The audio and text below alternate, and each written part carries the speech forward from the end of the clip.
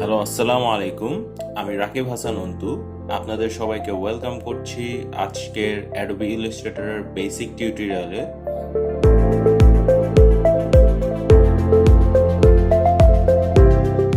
আমার রিকোয়েস্ট থাকবে এই ভিডিওটি না টেনে শেষ পর্যন্ত দেখার জন্য। আশা করছি আপনারা এখান থেকে ভ্যালু পাবেন এবং আমার এর আগের ভিডিওটি যারা দেখেননি তারা অনুগ্রহ করে ভিডিওটি দেখে আসতে পারেন। আই বাটনে লিঙ্কটি থাকবে। আজকে আমরা যে ইলাস্ট্রেটরটাকে দেখছি, যে এত টুলস, এত প্যানেলস, এত কিছু আসলে শুরুতেই ছিল না। অ্যাডোবি ইলাস্ট্রেটর যখন প্রথম রিলিজ হয় 1987 সালে, তখন খুবই সীমিত আকারে কিছু টুল ছিল এবং আমরা যদি জিনিসটাকে একটা মানুষের জীবনের সাথে তুলনা করি তাহলে আমরা বলতে পারি যে একটা শিশু যখন তার মায়ের গর্ভে থাকে, তারপরে শিশুটা জন্ম নেয়, পরে হচ্ছে সে আস্তে আস্তে বড় হয়ে বেড়ে ওঠার পরই তার আপডেট হয়। সো অ্যাডোবি ইলাস্ট্রেটরও ঠিক বরাবরইভাবে তার বেড়ে ওঠা 34 ইয়ার্স ধরে। সো আপনারা বুঝতেই পারছেন যে 34 ইয়ার্সে সে কিন্তু অনেক কিছু ডেভেলপ করেছে।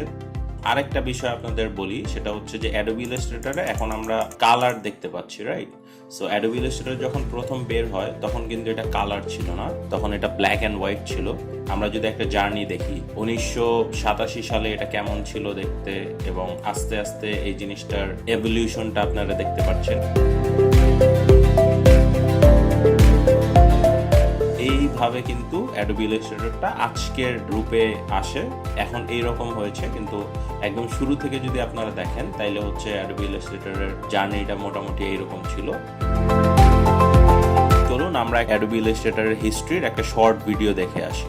The background or base art upon which you construct the illustration. Let me show you how this works.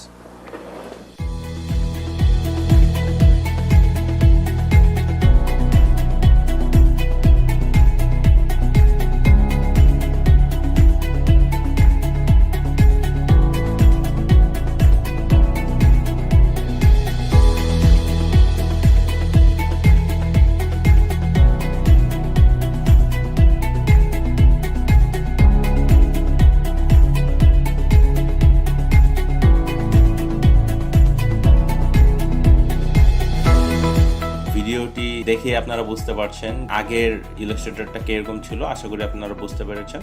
So এখন আমরা একটু দেখে আসি অ্যাডোবি ইলাস্ট্রেটরের টুলগুলো আসলে কেমন ছিল। আপনারা এখানে দেখতে পাচ্ছেন 1987, 88, 90, 92 এরকম করে আস্তে আস্তে কিন্তু টুলের সংখ্যা কিন্তু বেড়েছে।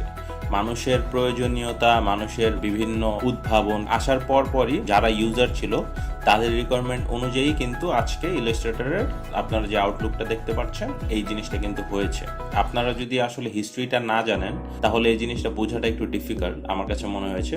সো এই জন্য আমি ট্রাই করছি আপনাদেরকে এক্সপ্লেইন করার। পরের টিউটোরিয়ালগুলো দেখলে আরো ভালো মতো বুঝতে পারবেন। এরপরে দেখব কিভাবে আমরা টুলস এবং প্যানেলসগুলোকে কাস্টমাইজ করতে পারি আপনাদের রিকোয়ারমেন্ট অনুযায়ী।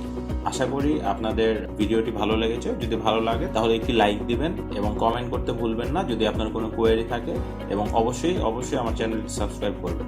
Thank you so much.